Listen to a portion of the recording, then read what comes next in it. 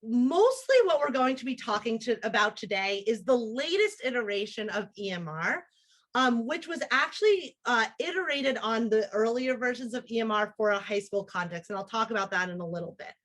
But the very first versions of EMR were developed for elementary and middle school contexts. We often think about, social emotional learning or, about the importance of relationships at these younger ages. So that's where we had really started with the EMR development. And as you can see, so these gray lines are the change from before teachers received EMR to after teachers received EMR. And then this darker line, this black line is for teachers or students whose teachers did not receive the intervention. And you can see that after the intervention in elementary and middle school, EMR students had reported higher levels of student-teacher relationships. They were having higher levels of academically engaged time and lower levels of disruptive behavior. So this is really promising in terms of, the potential impact of EMR. But it's important to point out that previous evaluations of EMR in elementary and middle school demonstrated equivalent effects of on these outcomes, on relationship quality, on engagement and behavior for white and non-white students. So this is not a bad thing. So it's good that we didn't see, larger impacts for white students, suggesting that the intervention may be exacerbating disparities, right? We wouldn't want something to only work for our students who tend to have more positive outcomes in the first place. But we're not necessarily seeing that the intervention has the potential for reducing disparities, right? If we see disparities at the beginning of the year where students of color are having lower levels of student-teacher relationships and everyone is increasing by the same amount, that's good. That means everyone is having stronger relationships by the end of the year. But at the end of the year, we're still seeing that disparity, right? So we wanted to find a way to incorporate a way for EMR to be more equity explicit so that we would have a potential for reducing biases and enhancing cultural responsiveness to potentially reduce some of those differences we see between our white students and our students of color. So again, I'm going to be mostly talking about our current project where we wanted to adapt EMR to be developmentally appropriate for the transition to high school. So it doesn't mean that it's no longer appropriate for elementary and middle school. We just wanted to, there's a lot of challenges that adolescents face with the transition to a more competitive, kind of more bureaucratic, more socially challenging and academically challenging environments. We wanted to say, will EMR work within the high school setting? And most relevant to this, to this conference and kind of the goals of improving equity, we wanted to incorporate explicit strategies for building equitable relationships into EMR, not just that it would work for everyone equally, but that it might work particularly strongly for students who are facing marginalization, who tend to have lower levels of relationship in order to reduce those racial disparities. So what we're going to do now is to start talking about the actual EMR strategies as well as the equity levers. And again, many of these strategies you have probably used, we've used in the past, but again, the point of EMR is to organize them into intentional phases. So first, before I present the EMR strategies, we'll go into small groups here for about 5 minutes so you can all brainstorm. We'll start off with establish. So in small groups, brainstorm for just a few minutes, some strategies that you use to establish relationships at the beginning of the year with students, to build that initial strong relationship, And I think Nicole is going to help me with the breakout rooms. Yep, we're opening those rooms right now.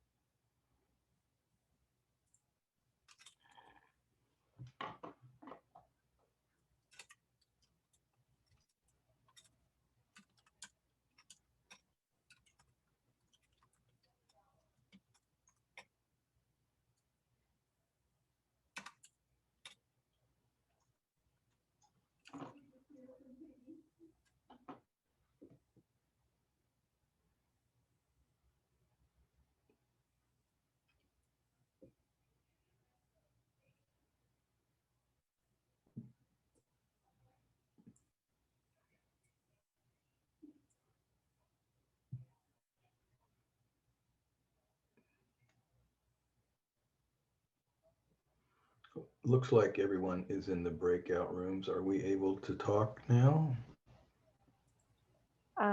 We might be having a difficulty. Give me a second. Okay, sure. No hurry. I don't think I'm in a breakout room. I think we're all still together. You know, we can also just, I mean, for the interest of time, it's okay. Maybe we should just, if people want to unmute and just share some of the strategies, I think, I'm thinking just about the time that might work well. And we have a few more prompts like this. So maybe we can just do a larger share out if people want to just tell me some strategies that you've used to establish relationships with students. Empathy interviews, yeah, or put things into the chat. Can you share a bit about what an empathy interview is? Yes, our school started using them with our behavior students, and then we have implemented them at the beginning of the year. It's an interview that we do with our students to find their likes and dislikes for things inside and outside of the school so that we get a whole picture of the student. And then we can use those interests to incorporate in our curriculum throughout the year, to build games around. It just really helps us get a sense of our students early on. And we also use it to help build relationships with students who have common similarities and interests. Excellent. Right. I'm seeing a lot of comments in the chat, and I really love hearing about these interviews you do that are really just about getting to know students, who they are, the whole picture. What are their interests, right? I see learning one small positive detail about students to build on, finding out their interests and hobbies outside of school. This is great. These are really, really well aligned with a lot of the established practices. And there's 8 practices here, but kind of set up into 4 broader goals. So, the first, just devoting time to get to know students, right? Knowing the details of their life, banking time so there's a relational foundation that if something, and these aren't tied to necessarily instruction or behavioral correction or things like that, just getting to know students as individuals, and then that way you have a foundation to add some of the instruction or behavioral corrections or things on top of that, right? Another domain is communicating high expectations and high support. Knowing that students are, knowing that they're going to be held to high expectations, but that you have all the trust that we're going to be able to achieve those expectations, that they will have support to be able to achieve those expectations. Providing opportunities for voice and choice, right? Being able to gather students' input and being able to provide options is another way to establish that sense of trust, that students feel like they have, a voice within the classroom as well. And just students knowing that you see them, right? If you're able to, do positive greetings as farewell as students are coming into the classroom, or talking them up to other adults in order to, know that there's a community of adults that care about them. And I love seeing all of these, other ideas coming in through the chat. I hope you're able to browse. And again, a lot of these are, aligned, especially with just getting to know students as they are. And then after the established phase, right, we have this maintain phase where the goal is to maintain these positive relationships.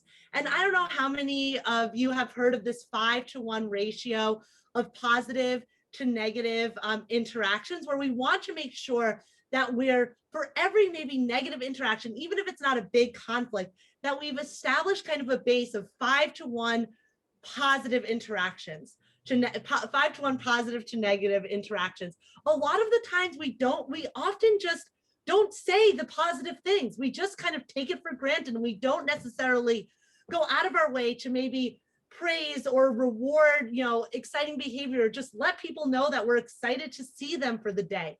All of these, things get lost in the shuffle. So Maintain has strategies for, again, enhancing those positive interactions and trying to prevent by, responding progressively or using empathy, as was mentioned in the chat, to be able to prevent some of those negative interactions. And then another, prompt here, and again, I think we'll just stay in the large room. Before I tell you about some of our restore strategies, right? Again, even if you put as much maintenance as you can into these positive, into these relationships, there are always conflicts that occur within our classroom or in other areas within the school. So I'd love to hear some things. Feel free to unmute yourself or put into the chat what you've done to try to restore a relationship after there's been a conflict.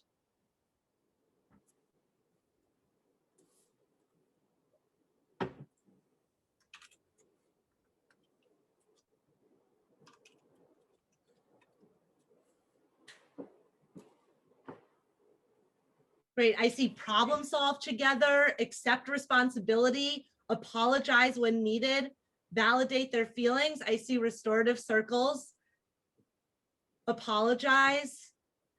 Yeah, let the student explain their point of view, and we'll actually be talking about that as an equity lever in a little bit. Listen and validate and apologize. Admit mistakes. Yep, these are just, exactly, again. These are some of the restore strategies that you all are mentioning here in the chat.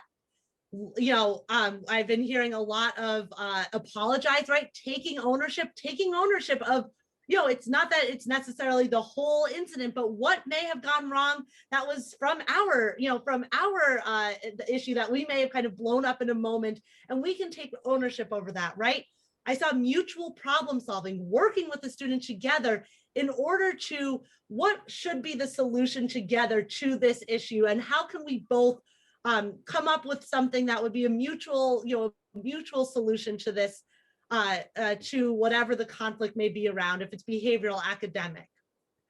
Statements of care, I saw these as well, right? Just letting students know that you still care about them. We may need to resolve whatever this issue is, but I'm going to try to separate the doer from the deed from the doer, and let you know that you are still a valuable member of this class, right? And also letting go conversations, right? Letting the students know that we're going to be able to have a fresh start the next day. Although this occurred, that I'm not going to hold this grudge into our future, future interactions. Always give a fresh start. So I know, again, this was a brief overview of the E, M, and R strategies. And again, there is the playbook, which has them all more and more laid out in the Google Drive. But I want to spend most of the rest of our time together really focusing on the equity components of EMR. So again, we're not going to go into the small groups, but I would love to hear some strategies if you want to unmute or put into the chat anything that you do where you're consciously trying to make sure you're centering equity when you're building relationships with students across all ethnic or racial backgrounds.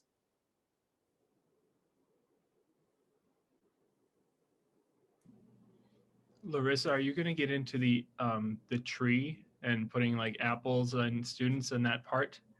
That is not, very, very briefly, but that is in the playbook.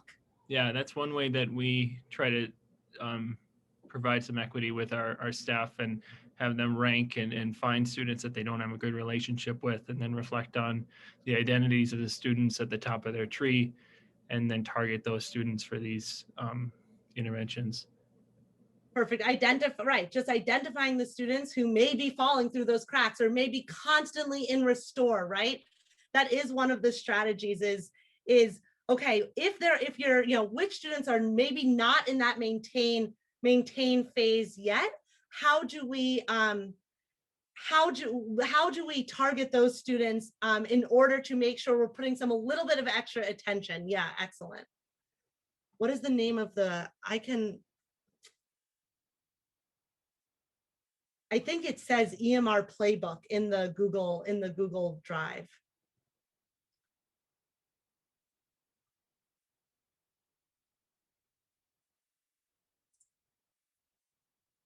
Okay, so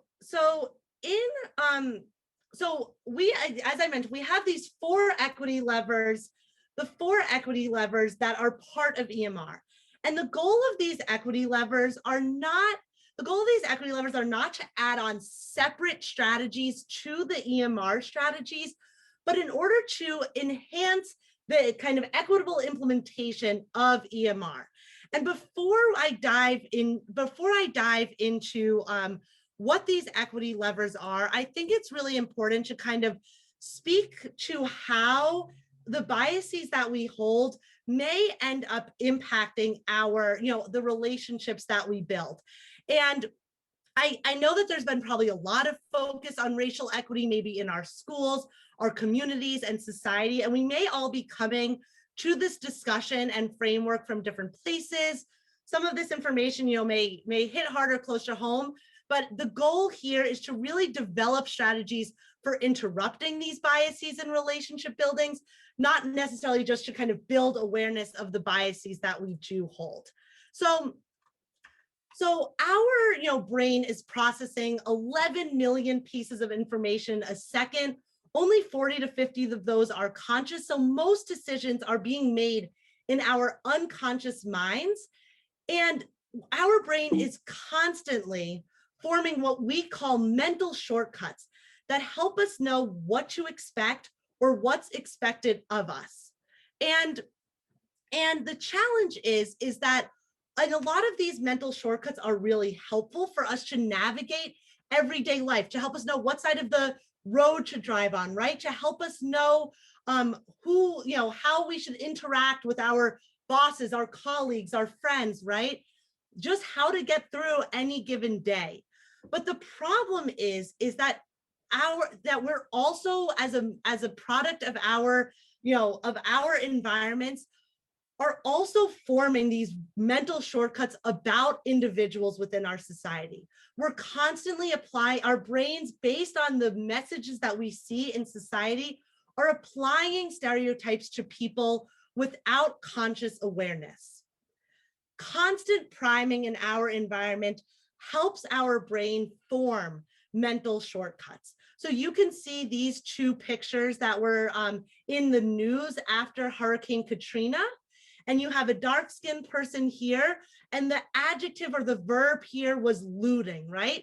This kind of negative connotation about trying to survive and find food after Hurricane Katrina, versus over here, the word finding was used, right? These are just these constant kind of ways our brains are taking information that we're constantly reading about and forming mental shortcuts about who is looting and who is finding food. And these biases are at work even if we hold positive attitudes regarding equity, diversity, and inclusion. If you look at this poster from the American Red Cross not that long ago, right, you can see who was labeled as not cool, right, and who is labeled as cool. This is just probably hanging in, locker rooms and maybe public parks in multiple places. But this is another, just example of how our brain looks at this, and it's going to reinforce these stereotypes, these maybe implicit stereotypes about who we should expect to be misbehaving and who we should expect to be behaving. And it's not that we think the American Cross is necessarily like a bigoted organization, right? But these are ways that stereotypes are just playing out within our daily environment. And these biases, even if they're implicit, impact what we expect of people and how we interact with people. We treat people differently based on our implicit biases. And I'm not going to have time to play these videos. They're in the PowerPoint, but we know that even when students are engaging in the same behaviors, in the same actions, we tend to attribute different sources of different emotions or different intentions, different behaviors to those students, and that impacts how we build relationships, whether we how we engage in disciplinary behaviors, what grades we might assign to the students, etc. Right? So if we're interpreting a Black boy in this particular situation as angry, as rude, as disrespectful, as having an outburst, whereas we're attributing kind of hard work and just disappointment and feeling pressure to white children in our classrooms, that's going to impact the way that we build relationships. So although we are all holding implicit biases that then impact our expectations, the goal of the equity levers is to have some strategies for overcoming these these biases in order to interrupt them, in order to build more equitable relationships when using the EMR strategies. So I'm going to go through these four strategies. So the first equity barrier or barrier to building equitable relationships is the tendency for us to focus on differences between individuals and groups. Our brain is automatically trying to categorize individuals according to observed and perceived characteristics of people, and then determine alignment between those characteristics and our own identity. And research has shown that we tend to gravitate towards people who are more similar to us. And this has huge implications for developing relationships with students equitably, since we tend to have more positive associations within groups with people who are like us, and negative biases against out groups, people who are different than us. And we just tend to spend more time with people who share similar characteristics. So the goal of this equity lever is to seek commonalities, to minimize those perceived differences between ourselves and our students that contribute to negative outgroup bias and stereotyping, to be able to find our common humanity that we may have with students who may be very different from us, and trying to bring that up through relationship building practices.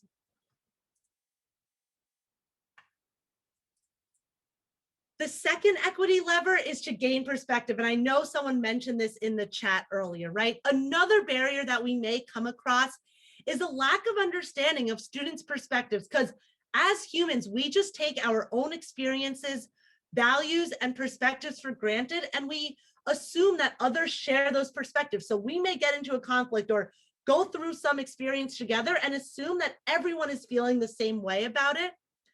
So gaining a perspective really means recognizing our own elements of identity that may be at play in relationship building, and trying to understand how those may differ from someone else's own perspective as well. So to really focus on understanding how a student may be experiencing a particular incident and their experience within the classroom overall.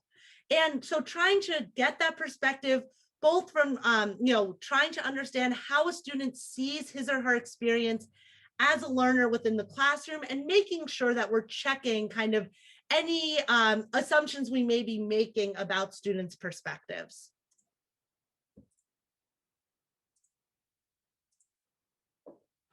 That's great. Finding the belief behind the behavior, right? What is the underlying value that may be at play with the behaviors that we're experiencing? A third barrier to building equitable relationships is that our brains are constantly looking for ways to prove our assumptions correct instead of seeking information to disprove them. We like being right. And in our relationships, we often attempt to interpret other people's feelings, thoughts, emotions, and intentions instead of observing their concrete, more objectively observable behaviors, or trying to evaluate our own feelings, right? So this equity lever of gathering facts to disprove assumption tries to address confirmation bias by encouraging our awareness of these biases and really getting to know things about the student that disprove those biases. So how can we, within our classrooms, intentionally gather objective and counter stereotypical information to try to form some new mental shortcuts, right? To say, I'm not going to associate this student or this group of students with some of these, certain stereotypes or biases that have been prone over and over and over in society. I'm going to force myself to look for counter stereotypical information that will allow train my brain to about new mental shortcuts and new expectations that can inform my future responses. And then finally, we are all vulnerable to interact in biased manners based on certain vulnerabilities we have. These could be contextual vulnerabilities. Maybe we're tired or hungry or frustrated, right? They could be certain behaviors that just grind us, and in those moments when we are losing our patience, when there's a certain, incident that just is one of our pet peeves, we're most likely in those moments to not be able to engage in these skillful relationship building practices, right? So being able to know those vulnerabilities, recognizing when we're most likely to respond in a biased manner and interrupt that reaction to identify our own blind spot, that allows us to take a breath, to pause, knowing that we may be most prone to respond to an incident in a biased manner, and instead replace that initial reaction with one of our EMR relationship building skills, depending on whether that's a establish, maintain, or restore strategy. So knowing these vulnerabilities and being able to interrupt them within those moments. So those are the EMR equity levers. And again, they're not meant to be things to add on to the establish, maintain, restore practices, but rather to integrate into establish, maintain, and restore. So you can imagine, right, during the establish phase where you're really just trying to get to know students, how can you prioritize seeking commonalities, right? How can we get to know students in a way that allows us to find those common elements of humanity and reduce some of the reduce some of that outgroup biases that may be happening, right? When we're working on maintain and trying to reduce some of those negative interactions and enhance some of those positive interactions, that might be a place to really know our vulnerabilities and plan ahead, right?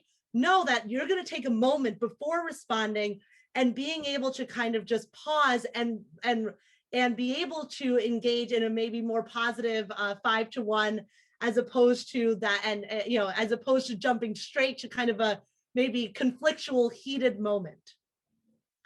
And with restore, right? If we're able to gain our students' perspectives, we may be more able to engage in that mutual problem solving.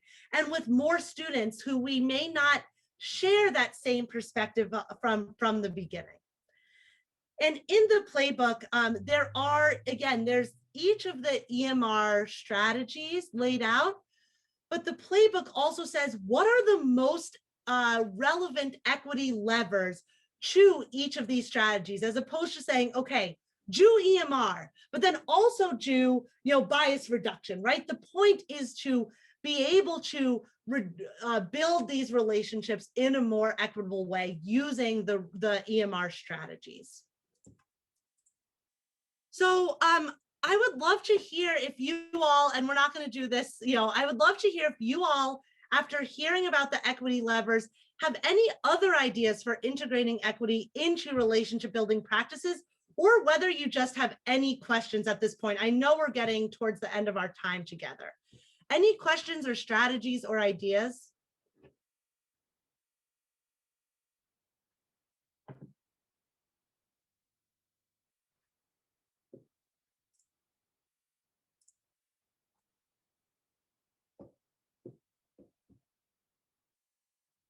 Great, I see suggestions for some books in the chat. I'm going to check those out. Usborne books.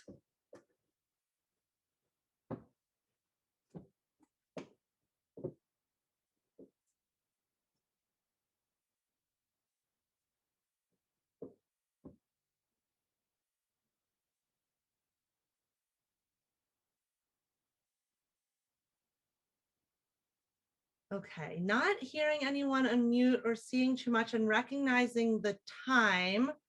I'm going to talk briefly before we end about EMR implementation. I don't know if this cartoon resonates with any of you, right? I'm back from training. Oh, I have 25 minutes. Oh, I'm realizing I got the time next up my head. Okay, well, we have plenty of time. We're gonna have plenty of time for questions and answers and things at the end. So well, then before I talk about implementation, any other comments or questions at this point?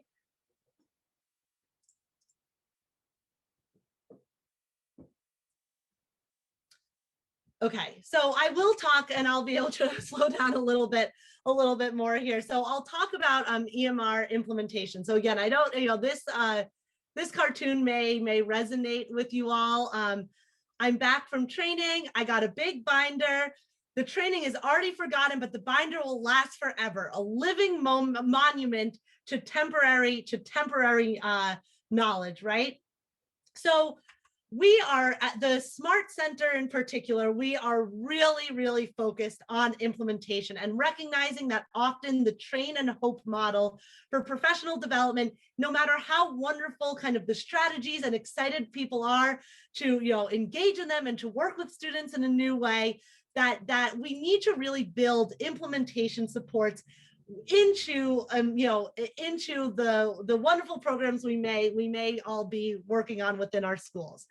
So EMR includes a few implementation supports. So one is, there were weekly reminder emails to make just little tips every Monday that teachers who were part of EMR received to just keep some of these strategies at top of mind, right, at the beginning of the week.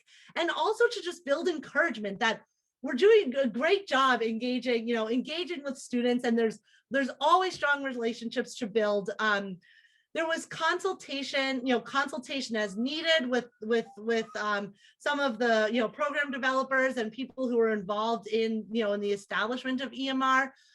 But one of the most robust EMR implementation strategies is the EMR Plc, and also in the playbook at the end is the protocol for the professional learning community.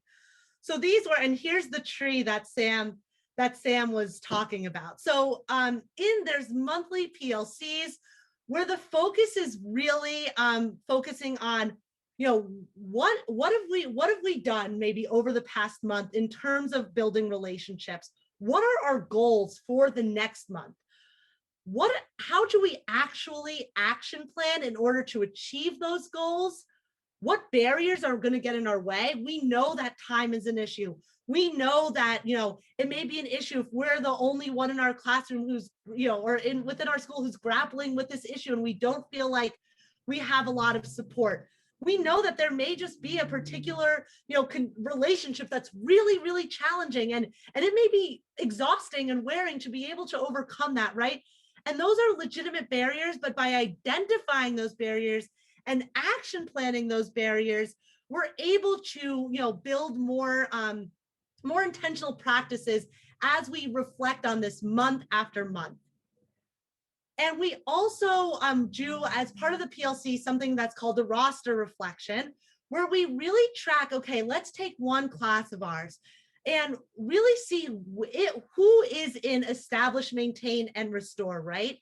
Are we noticing any patterns of whether we see gender differences or racial differences or any other differences amongst who's in establish or who's in restore, who might not be quite at that maintain stage, and both focus on this action planning for maybe individual students who may not be there, but also say, I'm noticing this trend that I don't see equitable distribution of my students across these different categories. So I may really need to focus on one of those equity levers in EMR across the next month. So that's where, and the PLC is meant to bring people together across grade levels so that, you know, people you may share students with, particularly, again, we're working in the high school level right now, but where you may share students and then we can share techniques and share strategies that might be working with particular students or just generally. So the PLC is meant to be done in community. I see like helps to have the support of the entire district, right? Or even your entire grade level or the school, right? And you're able to kind of build a community again around these shared relationship practices. And I want to address the elephant in the room in terms of the fact that it is particularly challenging to build some of these relationships during COVID, especially when we were all brand new to this last spring. So this high school project, we were working in collaboration with 3 schools who were receiving EMR from the 2019 to 2020 school year. And in March, our worlds changed, particularly within the education environment. So there were some implementation supports that we continued.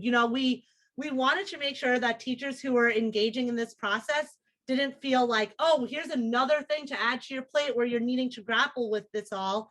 But the communication was, we would love to continue this. Relationships are even more important now that we're grappling with distance learning.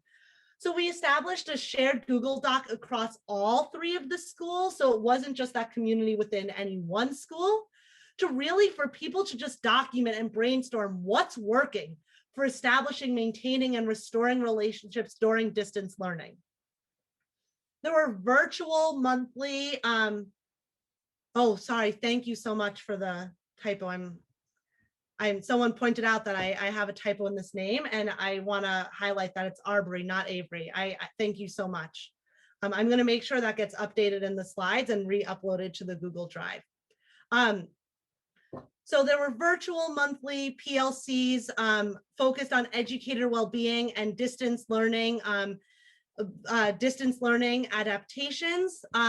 So making sure that the PLCs continued as people felt that they would be supportive, and the weekly emails with ideas and strategies for cultivating social connections with students during distance learning. And again, towards the end of May and June, when we were grappling with the killings of multiple Black people, Black individuals, due to police brutality and other systemic injustices within our society, making sure that those weekly emails also address that specifically with understanding students' experiences and perspectives regarding these deaths, as well as larger systems of power and structural reform. And remember, this was a high school context, so some of those emails were geared towards conversations that would be appropriate for adolescents.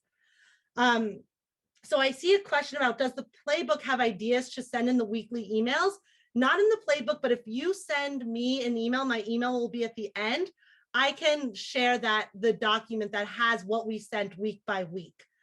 So make sure you send me an email to remind me about that. Okay, so that is the EMR framework, and just a little bit about what we have done in the to make sure that EMR was incorporating this explicit focus on racial equity. So so I still want to make sure there's room at the end for questions, but we have done some evaluations. I showed you the research results from the middle school and elementary school studies, but we have 2 studies now more recently in high school, again, that focus on this incorporation of racial equity into EMR. So the first study was just a pre-post design in one school where all the teachers within 9th grade in the school got the EMR at the beginning of the year, and then we tested differences from the beginning and the end. Last year, we did a randomized controlled trial in 6 schools where 3 schools received EMR, and then there were 3 control schools.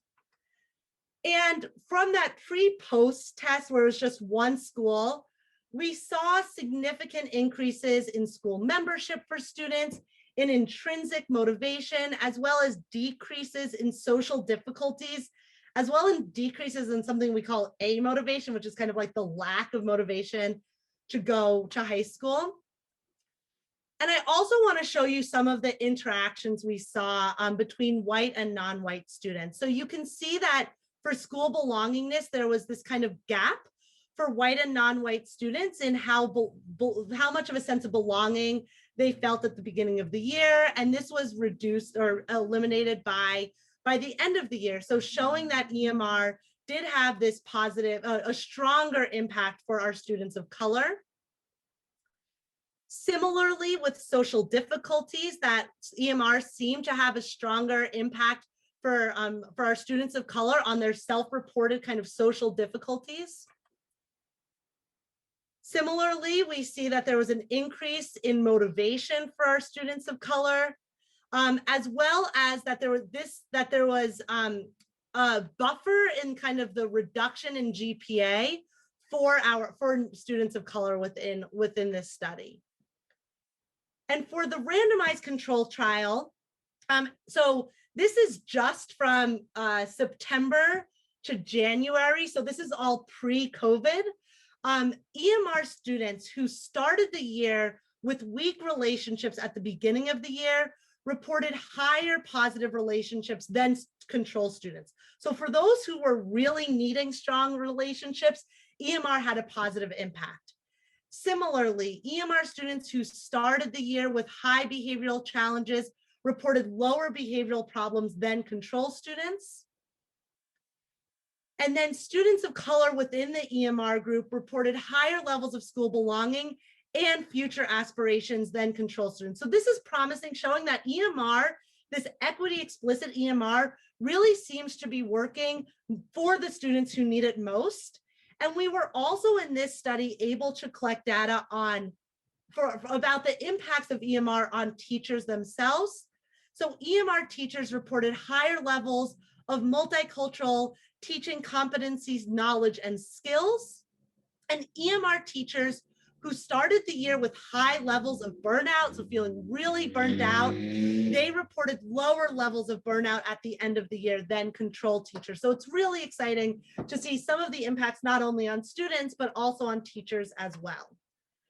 And qualitatively, students were able to speak to how teachers were able to treat everyone, equally, to respect diverse cultures, to really engage in kind of a non-Eurocentric curriculum, although there were definitely still incidents of kind of negative differential treatment that was, seen. So, none of these strategies for addressing racial equity are going to be kind of silver bullets, one size fit all. So we definitely still see improvements that absolutely need to be made, but this is promising and encouraging.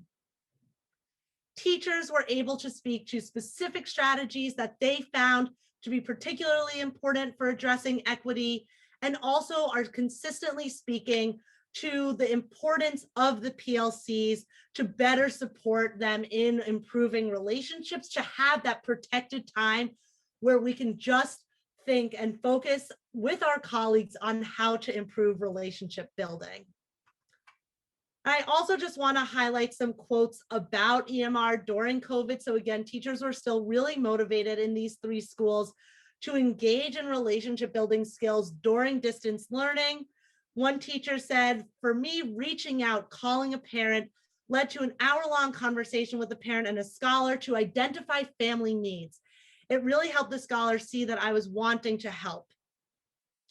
Another teacher said, I keep trying to remind myself of the ways that we can find purpose within the current situation. At first, I was concerned about how in the world we could do, PLCs about student connections during distance learning. And then after getting the classroom set up, virtual classroom set up, I realized how much more likely it is for at-risk students to fall through the crack. So it's even more significant.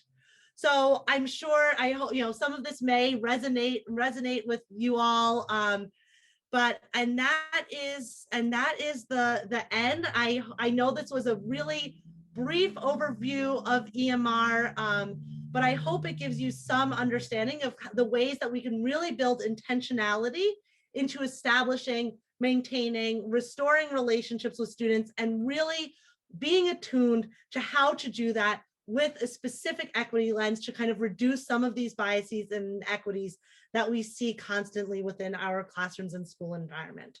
So that is all. I can, take questions. I can go show you where the playbook is and what's in the Google Doc, but I'll just give a minute for questions here. And I just want to let everyone know I am going to be putting the feedback survey links for both this session specifically and for the annual conference overall. David is having a little bit of a technical issue, so I will kind of do the closing remarks if he's unable to get back in. So just FYI, I'm putting things in the chat, and then feel free, everyone, to unmute yourself if you have a question for Larissa.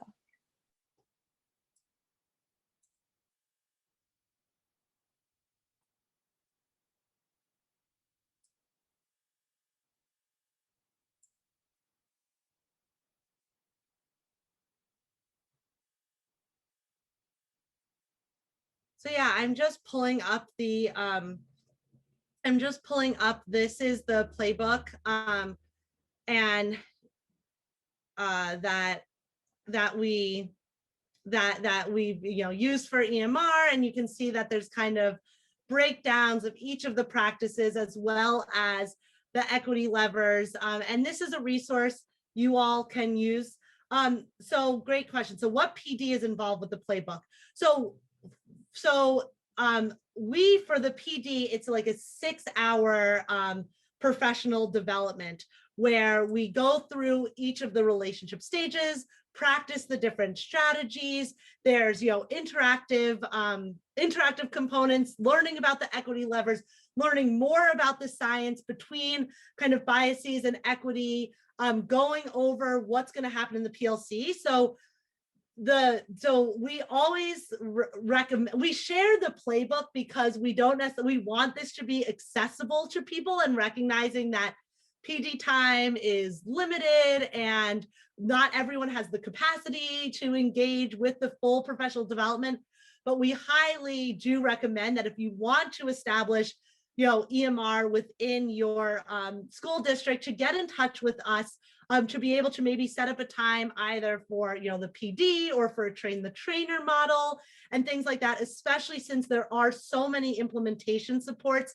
Just having the playbook may not, the positive impacts that we see in the research is with the full training, the full implementation supports and things like that.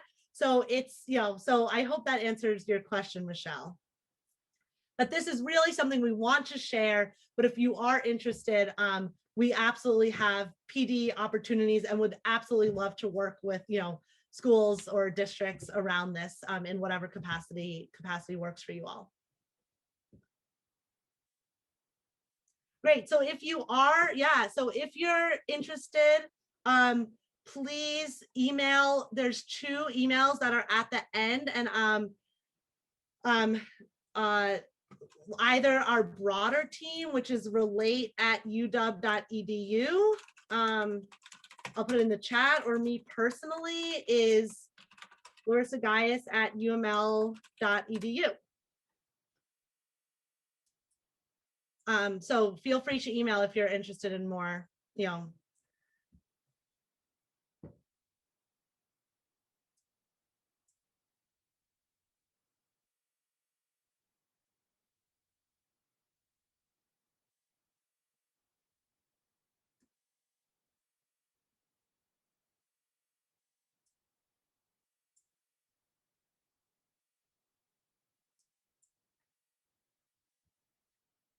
And I'll say that also, I'll just let you know while we have a few more minutes, but is that also within the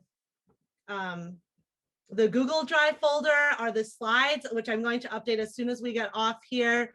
The playbook, as well as some of the findings from the various research studies at the elementary, middle, and high school level. So if you're interested in sharing or reading more of the kind of research side of it, you can, or if you want to share with other, people in your district or school, all of those resources are there.